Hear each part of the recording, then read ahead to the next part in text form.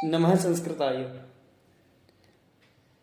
श्रीमद् भगवद गीता महर्षि वेदव्यास मुनि कृत रचित श्रीमद् भगवद गीता। नायक श्री कृष्ण जी और उपनायक अर्जुन जी। तो महाभारत की युद्ध भूमि में श्री कृष्ण जी ने जो अर्जुन को उपदेश दिया था वह श्रीमद् भगवद गीता का ही दिया था। श्रीमद् भगवद गीता एक ऐसी ऊर्जावान, संवेदनशील, एक मनोनीत ग्रंथ है। इसके पढ़ने से, इसके श्रवण मात्र से हम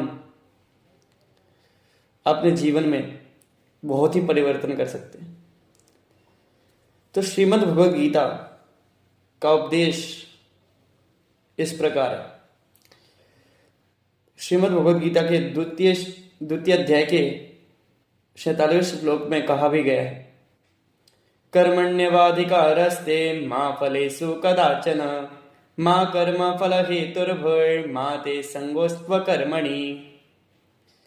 कर्मण्यवाधिकारस्ते, हमें कर्म करने का अधिकार तो है, फल का अधिकार नहीं है। फल हमें कौन देने वाला है? तो फल हमें परमात्मा देते हैं। परमात्मा दे सकते हैं, हम सिर्फ कर्म कर सकते हैं, चाहे हम कैसा भी कर्म करें। कर्म में वर्ग कर्म, तो कर्म चाहे वो लेबर हो, चाहे वो पंडिताई हो, चाहे वो शिक्षक का हो, चाहे वो विद्यार्थी का हो, हमें अपने कर्म पे आधार रहना चाहिए। शिक्षक का कर्म क्या है? पढ़ाना। और विद्यार्थी का कर्म क्या है? पढ़ना पढ़ाना। तो दोनों का कर्म एक ही है कि पढ़ना पढ़ाना।